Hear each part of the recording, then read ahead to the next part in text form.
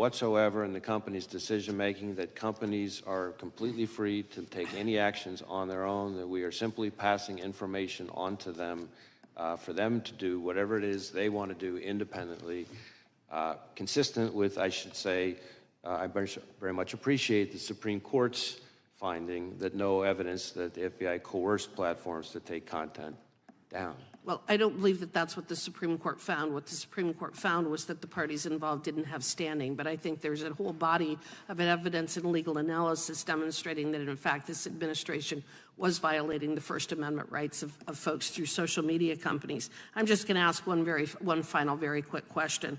If the FBI was involved in the removal or restriction of speech of Americans, do you agree that this would be a violation of the First Amendment?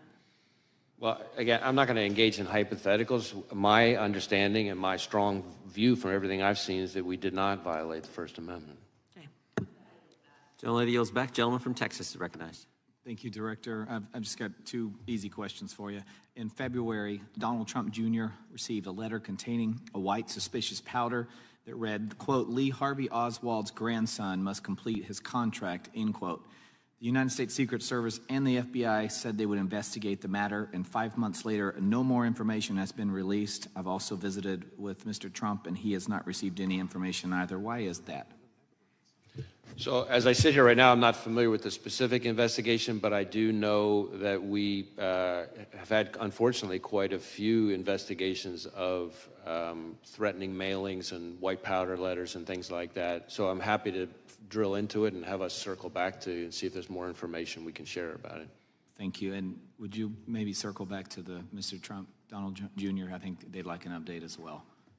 Sure. Let me, again, I don't, like I said, Okay. I'm not familiar with the specifics, but I'm happy to have us look into it and get back to whoever we need to get back to. Thank you. Next question. The Pittsburgh field office now handling the assassination attempt investigation. Is that right? Well, there's several. There at Pittsburgh field office is the lead office. We obviously have lots of, I think it's about half, maybe over half of the FBI's field offices are working on this, including almost every headquarters division. So we have lots and lots and lots, several hundreds of employees working on it. All right, but yes. Pittsburgh's the lead. Okay. This is the same office that botched the Hunter Biden laptop case. And they, in my view, and my constituents and many Americans, displayed a clear reluctance, that's a quote, reluctance to really do any tasking, quote, effectively failing to investigate, according to the U.S. attorney on the case.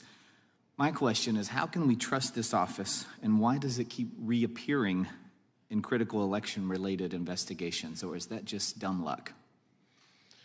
So I want to be a little bit careful on what I can say here, because some of what you're talking about relates to an ongoing investigation being led by the special counsel, Mr. Weiss. But what I can tell you is that the Pittsburgh field office's involvement in the matter you're talking about was the choice by the Attorney General Barr to have the U.S. Attorney and the FBI field office in Pittsburgh handle that particular matter.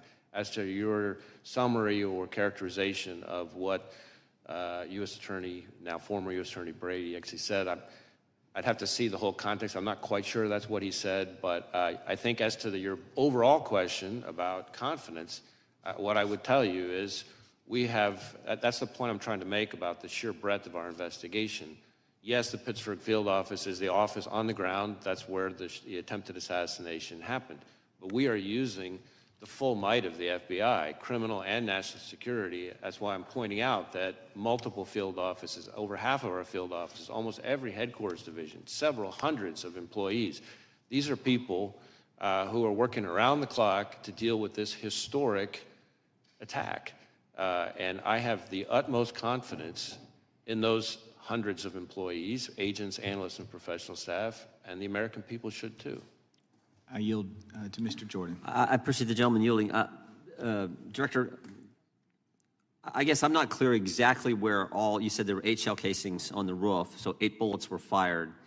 We obviously know that Mr. Comparatori lost his life. Two other rally goers were injured, seriously injured, and then the one that hit President Trump.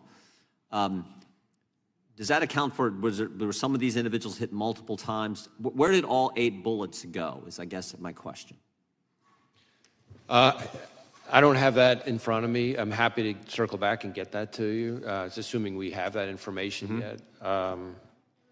as I said, I think with respect to former President Trump, there's some question about whether or not it's a bullet or shrapnel that that hit his ear. So it's conceivable. Although, as I sit here right now, I don't know whether that bullet, in addition to causing the grazing, could have also landed somewhere else. But I believe we've accounted for all of the shots in the cartridges. So let us get that. It's my understanding that the very first one was the one that hit the president. Is that the very first shot, or is that not accurate? I don't, as I sit here right now, I don't know the answer to that. I believe we know the answer to that. I just don't have it in front of me. Okay. Is there any chance I mean, it seems to me that this bad guy, the shooter, was focused on President Trump, but you indicated that he purchased 50 rounds of ammunition, I believe, earlier that day.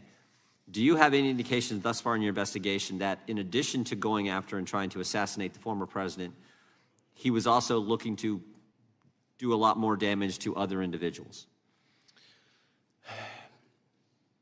That's a hard question to answer. What I would say is I agree with you that his preparatory activity is what we've seen so far, the limited information that has been relevant and interesting about his preparatory activity does seem to be that he had settled on former President Trump as a target and this rally as his moment to try to take a shot. But in addition to the 50 rounds, of course, you have the issue of these explosive devices. Right. And so what else he may have had in mind is something that I think is very much of an open question. On the one hand, you have these explosive devices, including the one still back in his home that wasn't in quite the same stage as the one in the ones in the vehicle. But he clearly had those explosive devices for some reason. And so we're trying to figure that out. As I've said before, sometimes in these kind of situations, you find like a manifesto or something like that. It's frustrating to us, and I'm sure frustrating to you and the American people, that we haven't found anything quite like that. We'd love to have a roadmap that tells us exactly what he was thinking. We haven't found that yet. Doesn't mean we won't. We're looking all over the place, and we're going to leave no stone unturned. Thank you. A gentleman from Texas is recognized. Thank you, Mr. Chair. Thank you, Director, for being here today. I know it's been a very long day, busy day on Capitol Hill, and also I want to apologize in advance if there's any repetitive questions from me. But I have to ask, given that our sitting president resigned from the campaign on Sunday and the Secret Service Director resigned yesterday, you don't plan on resigning anytime soon, do you, sir? No, sir. Good to go. Earlier today, you told this committee that you recovered 8 bullet cartridges from the roof next to the shooter. And given that testimony, I have 2 questions for you. How many shots were fired at President Trump, and how many shots were fired in total of the entire day? I know I keep hearing 8, but were there any more that were unaccounted for? The best information I have right now is 8 shots. As to the sequence, I'm not sure I have that sitting here right now. As I said to the chairman, I'm going to go back to my team and see if we've got that nailed down yet. And if we have, I'm happy to share it with you and the rest of the committee. Please do, sir. Thank you very much for that. You also mentioned that the shooter used encrypted messages to communicate. Specifically, do you know what apps or what apps he was using to communicate, and can you confirm if he was communicating with any foreign nationals through the encrypted messages? So as to the names of the apps, I don't have that right here in front of me. As far as communicating with any foreign actors, I'll say 2 things. One, we haven't, as I think I've testified before, but we have not, at the moment at least, identified any accomplices or co-conspirators, foreign or domestic. Okay. So that, as to foreign contacts, of course, that's part of why we want to get access to the encrypted messages, because that might tell us whether he'd been in contact with somebody. Thank you. Let's talk about motive. I know the FBI has taken a lead role in investigating the assassination on President Trump. Your team has searched the shooter's phone, conducted countless interviews, done extensive research into his motives. As of today, July 24th, 2024, do you and your team know the motive of the shooter or have any idea on what could have driven it? Well, know and have any idea are two very different things. Okay. We do not know the motive. That is obviously one of the central questions in our investigation. And it's been very frustrating to us that a lot of the usual kind of low-hanging fruit places that we would find that have not yielded significant clues about his motive. Okay. Having said that, we have seen indications that he was interested in public figures, and that in the period around July 6th leading up to July 13th, he does seem to have become very focused on this particular rally and former President Trump. But exactly what his thought process was in doing that, that's something that's still very much under investigation. I want to make something clear to the American people to try to help out what motive could be. And again, it's not my job to steer it, but here are some of my thoughts. I'm not sure about motive either, specifically, but I can tell you that after this assassination attempt, people on both sides have said that both parties need to tone down the rhetoric. But recently, just on Monday, in fact, President Biden called into the Harris campaign event and said that President Trump was a threat to democracy. Just take a look behind me at these photos. This is a magazine cover of the New Republic from June 2024, published just 1 month before the assassination attempt on President Trump. In a tweet explaining the cover, the New Republic said this: "Today, we at the New Republic think we can spend this election year in one of two ways. We could spend it debating whether Trump meets the 9 or 17 points that define fascism, or we could spend it saying he's damn close enough and we'd better fight. We unreservedly choose the latter course." Now, sir, I know you said that the FBI doesn't have a clear motive yet, and you've explained that, but in your professional experience as an investigator, do you think that language like this could radicalize someone to engage in political violence? I certainly understand the point of the question. What I would tell you is that, respectfully, I don't think it's appropriate for me as FBI director to be characterizing or engaging in public commentary on specific people's rhetoric. And that's because it's not that I don't understand why you're raising the question, but I'm saying that in my role, I have to be very careful to make sure we speak through our work, and we speak through our cases and our intelligence products, not the FBI director chiming in the public square on different people's political commentary. I understand. For the record, there was an assassination attempt on an American president, and I will be asking these same questions even if it were President Biden. And my message to the American people is that we need to do better. I yield back the rest of my time, and thank you for being here, sir. I know it's been a very long day. Gentleman yields back. Gentleman from South Carolina is recognized. Thank you, Chairman, and thank you, Director, for being here. It's refreshing. I was in the oversight hearing earlier this week, and although we don't have an idea on everything, your ability to come in here and actually give way more than Director Cheadle ever did is somewhat refreshing. You saw some pretty bipartisan frustrations exhibited in that particular hearing. I'm sure you've seen part of it. I want to follow up on a couple of lines of questions that I had with Director Cheadle that she actually answered, which was remarkable. One, she had indicated that Secret Service at the Trump rally did not have any radio recordings. Is that, in your investigation, is that accurate? I'm not sure I know the answer to that. I believe there may be some recordings on the local law enforcement side. As to whether or not we have recordings on the Secret Service side, I'd have to drill back into that. And the reason you might say, well, how the heck can you not know? Well, we certainly have interviewed lots of Secret Service employees. So what we know from the interviews versus some other source, as I sit here right now, I don't know. So on this particular case, but in your experience, and again, it's a different agency, but she had indicated, Director Cheadle had indicated that recordings sometimes are done from radio recordings, I guess, of what happens at a Trump rally or any other thing that they're engaged in. Is that your experience as well, that sometimes there are audio recordings of communications between law enforcement officials? Just speaking very broadly. There are times when there are recordings, but it'd be hard for me to be more precise than that. And I know that you can't answer whether they were here in this instance or not, but what would cause recordings to not exist for the Trump rally, if, as a hypothetical? What would be the reason that would happen? I'm afraid I don't know the answer to that. I mean, if they didn't record, there may be situations where they just don't record in the first place, and why that would be, though, I'm not sure I can answer that. Thank you. Let me ask you this, and this is another line of questioning. Director Cheadle had indicated that seconds before the would-be assassin fired the shot, is roughly seconds, is when he became a person of suspicion to an actual threat. Would you agree with that assessment from Director Cheadle? Well, let me try it this way. I think there are sort of three, in my mind, there's sort of three, let's say three significant moments on this continuum that you're kind of getting at.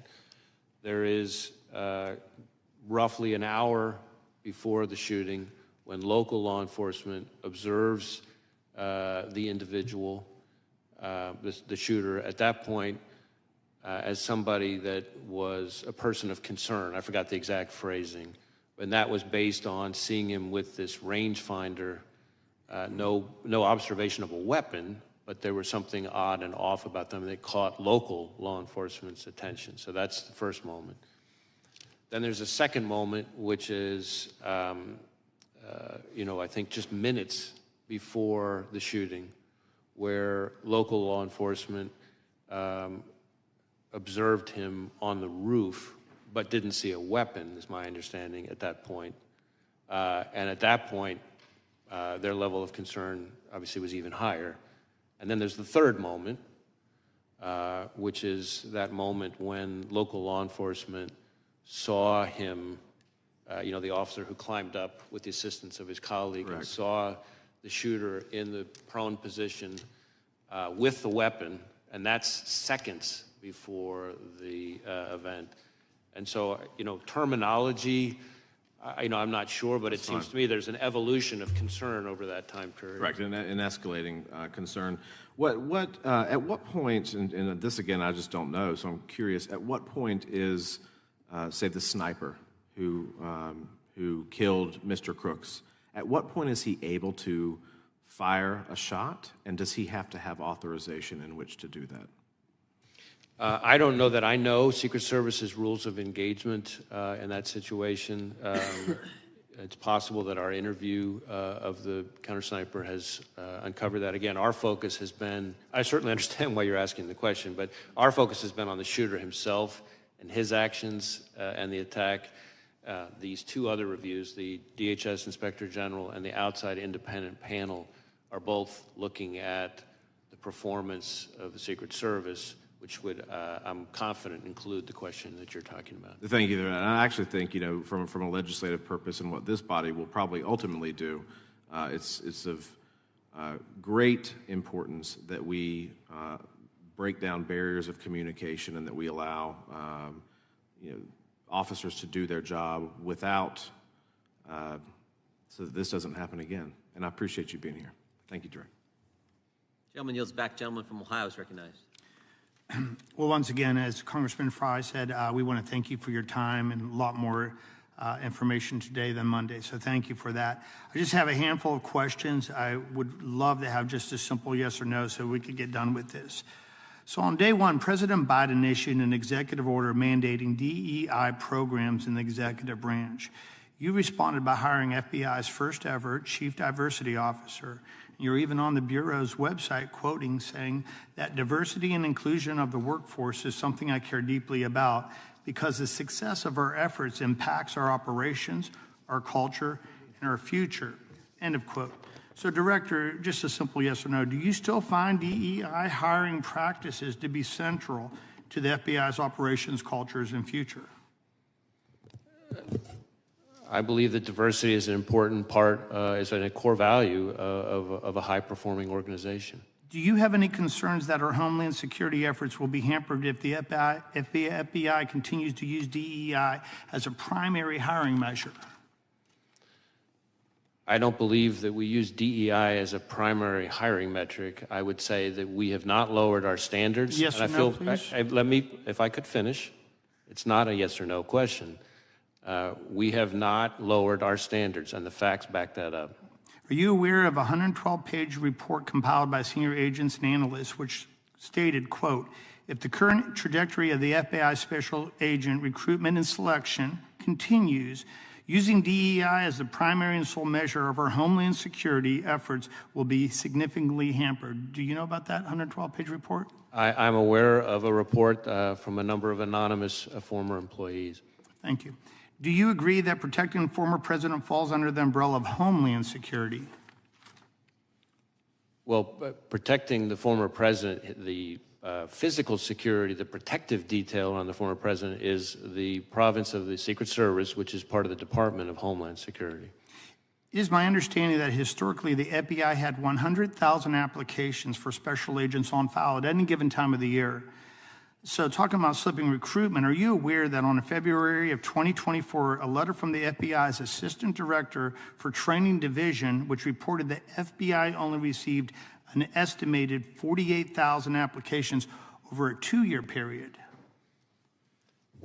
I don't know if we're comparing apple to apple. What I can tell you is that in the time that I've been FBI director, the number of Americans applying to be special agent has gone up dramatically to the tune of, in some cases, double or triple the pace So the it was when 48,000 if I is could wrong? finish, sir, if I could finish, please, to a rate that is higher. You'd have to go back about a decade or so to find the number of Americans applying to be special agents that are currently applying. Okay, so for the record, that 48,000 is probably wrong then in your eyes? I don't know. I don't have the letter in front of me, but what I'm not sure of is that we're comparing apple to apple in terms of time periods and everything else. In advance of the Trump shooting, United States Secret Service Special Agent in Charge Tim Burke reportedly told law enforcement partners that NATO summit in Washington, D.C. limited his resources available to the Trump rally. The service has similar DEI hiring aims and failed their zero-fail mission to protect President Trump. Director Cheadle has since stepped down. Could the hyperfixation on hitting Biden administration's imposed DEI rules by causing the FBI and the federal law enforcement agencies to not only miss their prime candidates, but also potential threats? Well, I can't speak to Secret Service's hiring practice. What I can tell you is that, in my view, diversity, like everything else, is something that has to be done in the right way. Just like everything else, there's a right way and a wrong way to achieve it.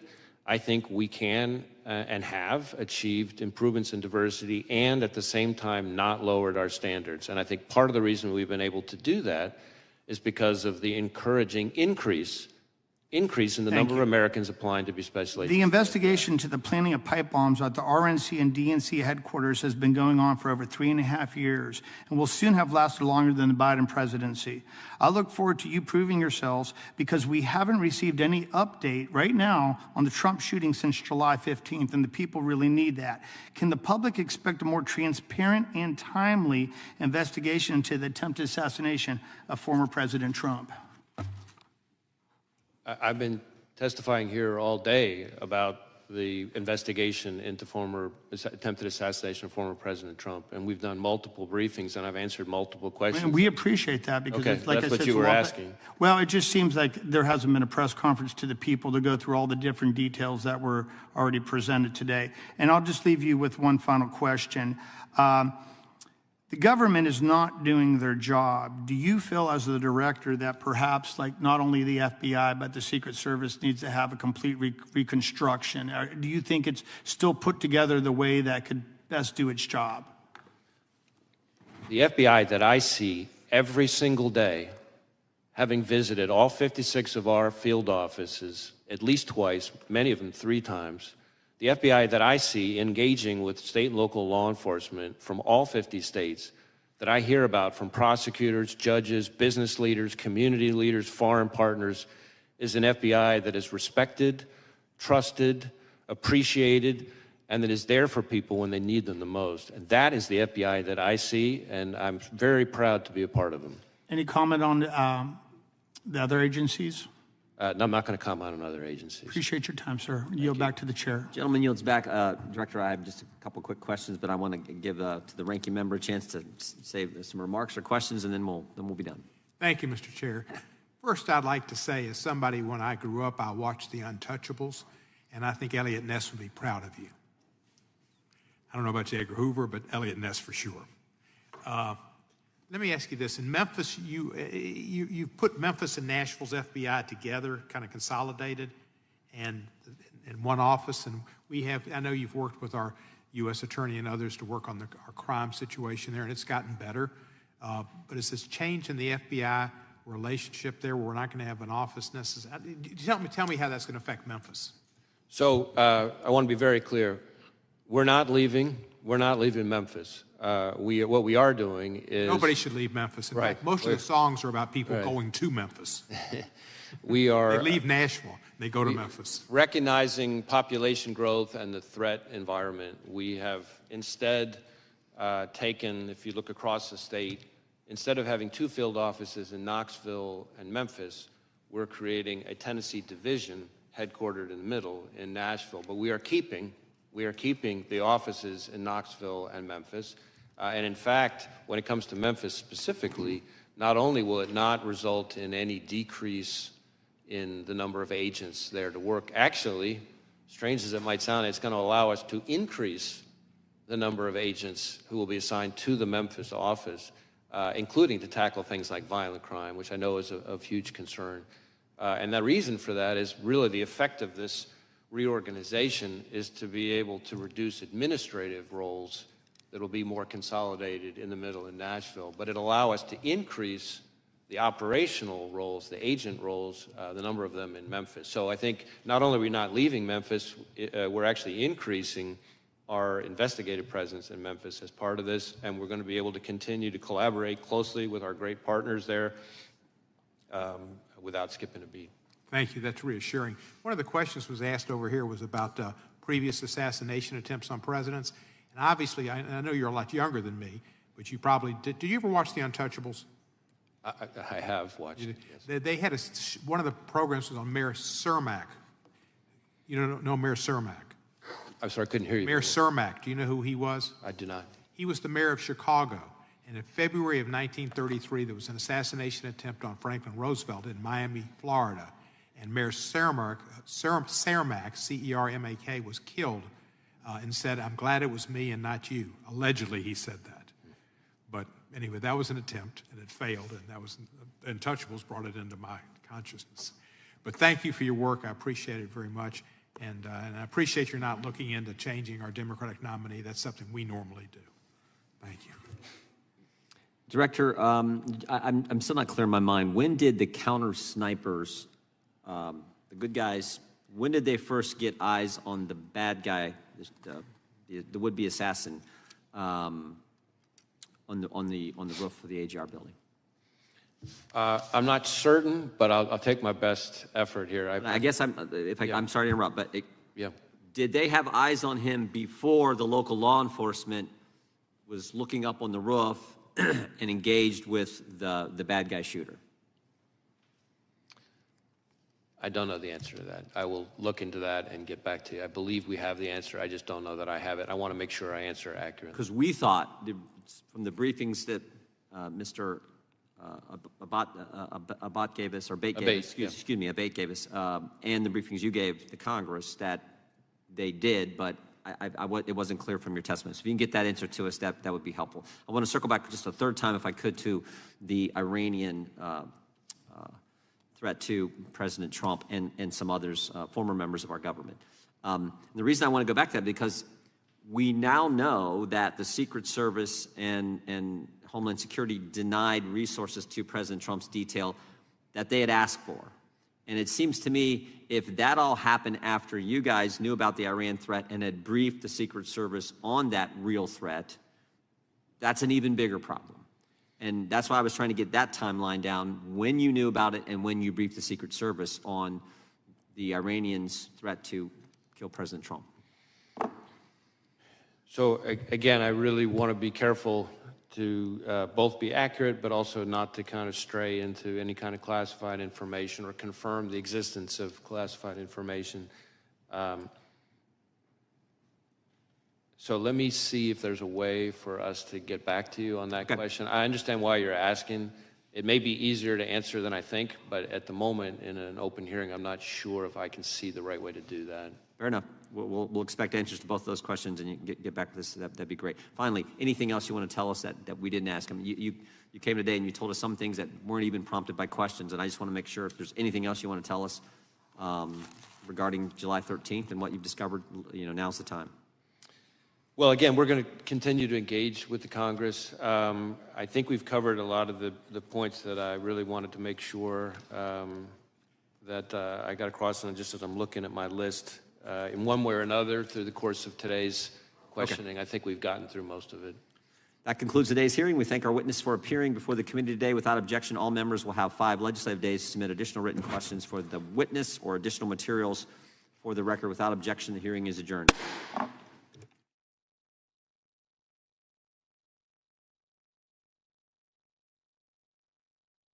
The committee will come to order. Without objection, the chair is authorized to declare recess at any time. We welcome everyone to today's hearing on oversight of the Federal Bureau of Investigation. Chair now recognizes the gentleman from Wisconsin to lead us all in the Pledge of Allegiance. Allegiance to the flag of the United States of America, and to the republic for which it stands, one nation, under God, indivisible, with liberty and justice for all.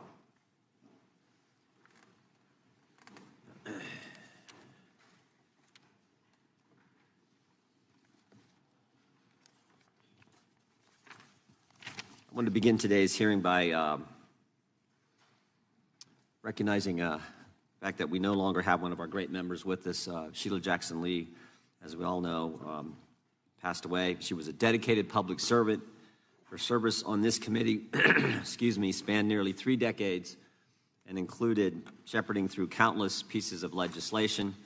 I said yesterday at subcommittee hearing that I don't know that there was any member of Congress who got more out of 5 minutes than Sheila Jackson Lee did. And she was just a pleasant spirit who we all enjoyed. And we're thinking about her family. We all certainly will miss Sheila. I yield to the ranking member for comments. Thank you, Mr. Chairman. Mr. Chairman, this room and our hearts feel a little emptier today as we mourn the loss of our dear friend and colleague, Sheila Jackson Lee. In the nearly 30 years that I served with Sheila on the Judiciary Committee, I witnessed her boundless energy, her courage, and her character as she lent her voice and her legislative talents to nearly every issue that came before this committee. Whether it was advocating for just and humane immigration reform, working to protect voting rights and preserve our civil liberties, or delving into the technical details of administrative law and intellectual property, Sheila was always at the forefront of our work. Sheila made perhaps her greatest mark serving as the chair and later ranking member of the Crime Subcommittee. In this role, she worked in a bipartisan fashion to reauthorize the Violence Against Women Act and to protect victims of trafficking, among many other successes. She was also a leader on such issues as sentencing reform, gun safety, police accountability, and racial justice.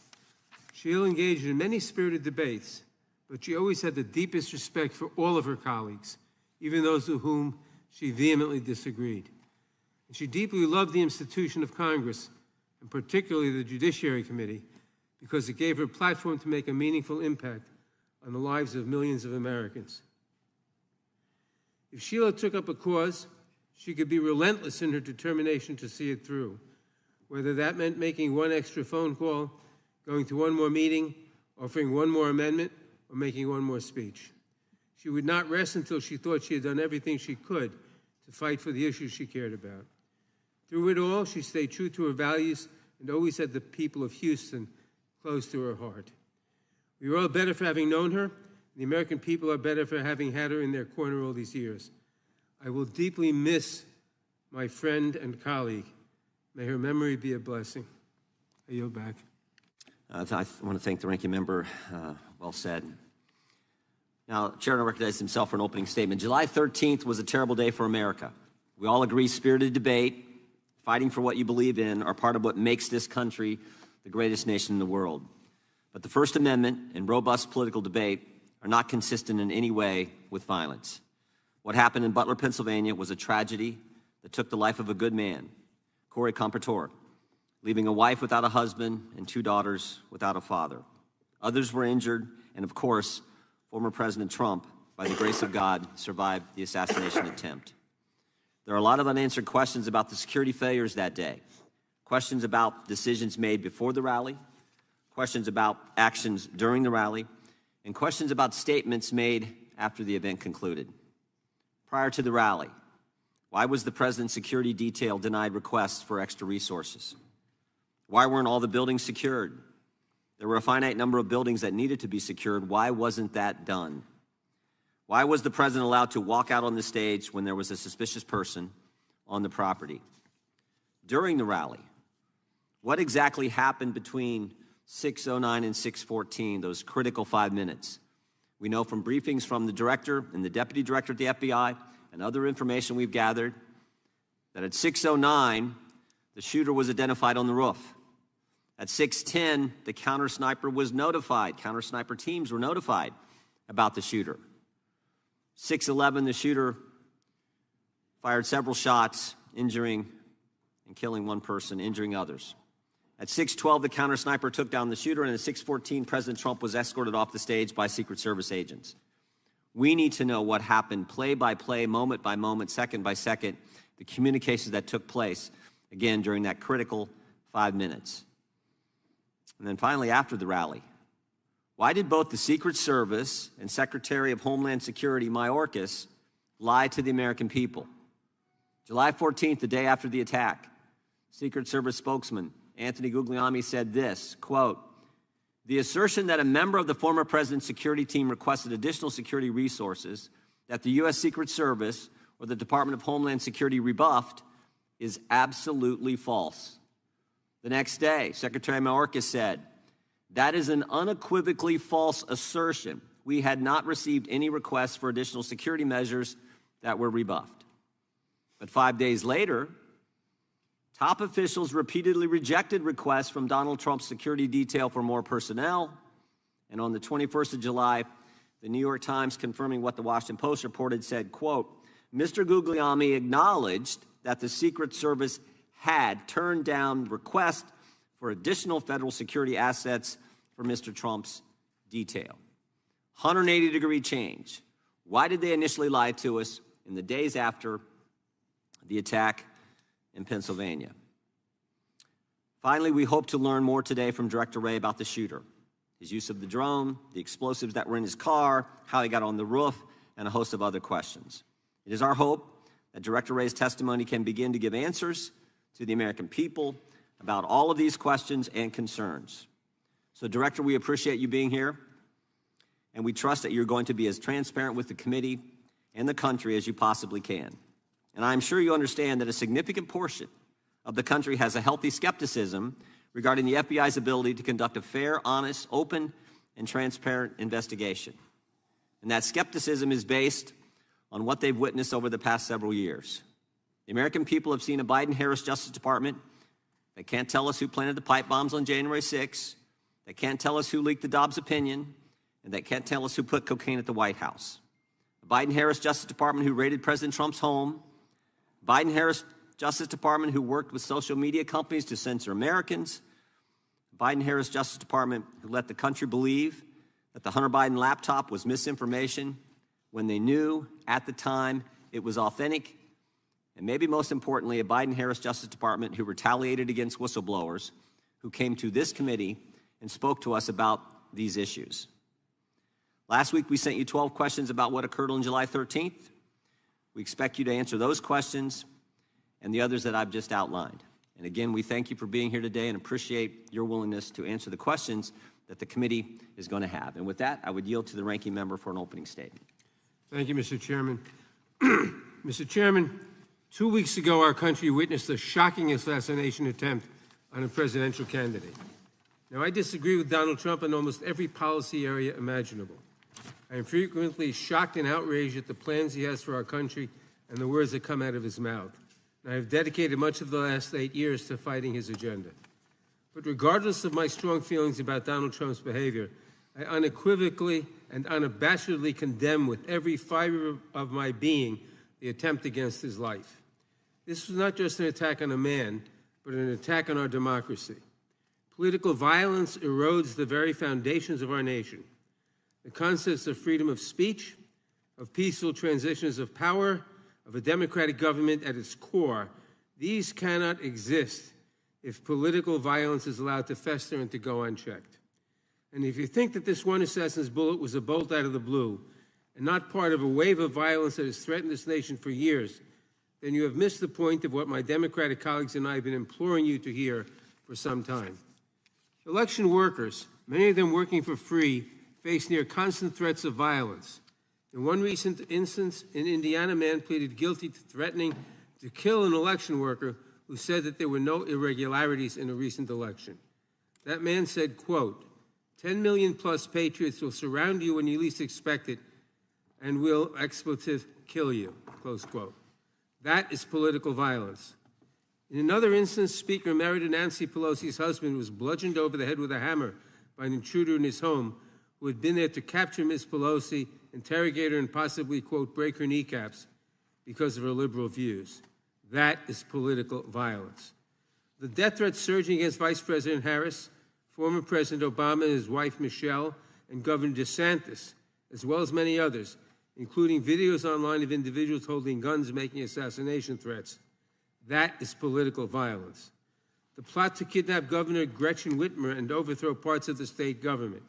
That is political violence.